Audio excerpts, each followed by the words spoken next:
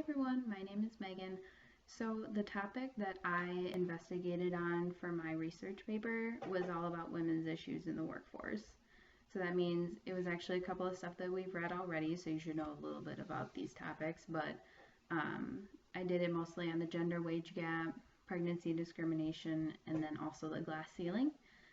So basically, a couple of things that I've found while looking through studies and articles and putting my research paper together was that with the gender wage gap, right now, women are paid only 79 cents compared to white men when they're paid $1. So basically, women are discriminated against about 20 cents less than men compared to a woman and a man working the same position in the same job. So I thought that was pretty interesting.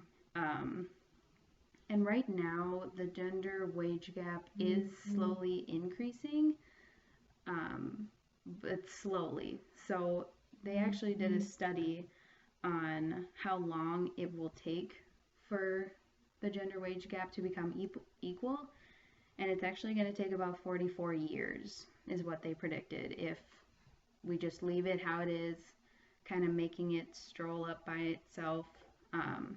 So that means I'm going to be about 50, 60 years old by the time we get gender wage equality, and I'll probably be about to retire as well. So I've always thought that was really interesting too. Um, with my pregnancy discrimination area in my research paper, I actually found a court case, a real court case of a woman who was discriminated against by her supervisor, and also because of she gave birth to her second child and she had to be on bed rest, which her supervisor did not like, discriminated against her, talked about her badly, and basically did not give her a lactation room when she came back. Just a bunch of ridiculous stuff that should not have happened. And unfortunately, she didn't even win the court case. The judge didn't think it was pregnancy discrimination, so he let it slide, which is pretty ridiculous in my book. But and then I also did, for the glass ceiling, you see the most discrimination with women who have the most education. So I thought that was really interesting. So women who have the highest degree possible, so if you have a master's, you're more than likely to be affected by the glass ceiling more than people with lesser education. And then another interesting fact that I found in some of the studies is the glass ceiling basically happens is because when women get to that point in their life when they're growing excessively in their career, but yet they're getting to that point where they're wanting to settle down and have a family, they don't take those promotions because they want to stay home more often, have more time with their children, and make a family instead of taking that promotion. So I thought that was kind of an interesting side of it. And then I also interviewed a man named Mark Norby. He is the employer relations at a Park Nicollet clinic. Kind of a good friend of my mom's. He's a very nice guy. Overall, I asked him if he's ever seen the gender wage gap happen, and he has been here for about 20 years, and he said that he's never had anyone come up to him with real proof that they are being discriminated against with the wage gap. So I thought that was interesting.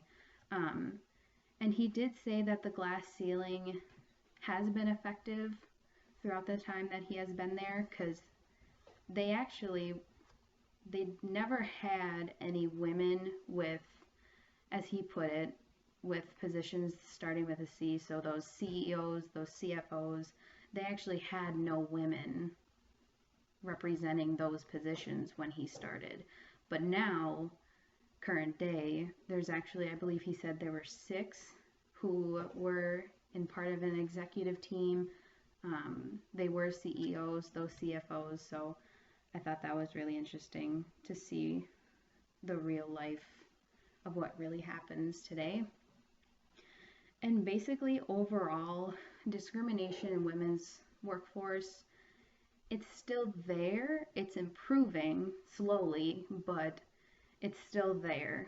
So I think overall, everyone needs to just be aware of it, and then, you know, to also realize that it is still here. There is discrimination in the workforce. And even though I didn't do anything on minorities, it's actually starting to become the new thing for them to be discriminated the most. So we also need to be aware of that the most. And also, kind of what our book also stated is that our workforce is getting more diverse. So we just need to be more aware for it.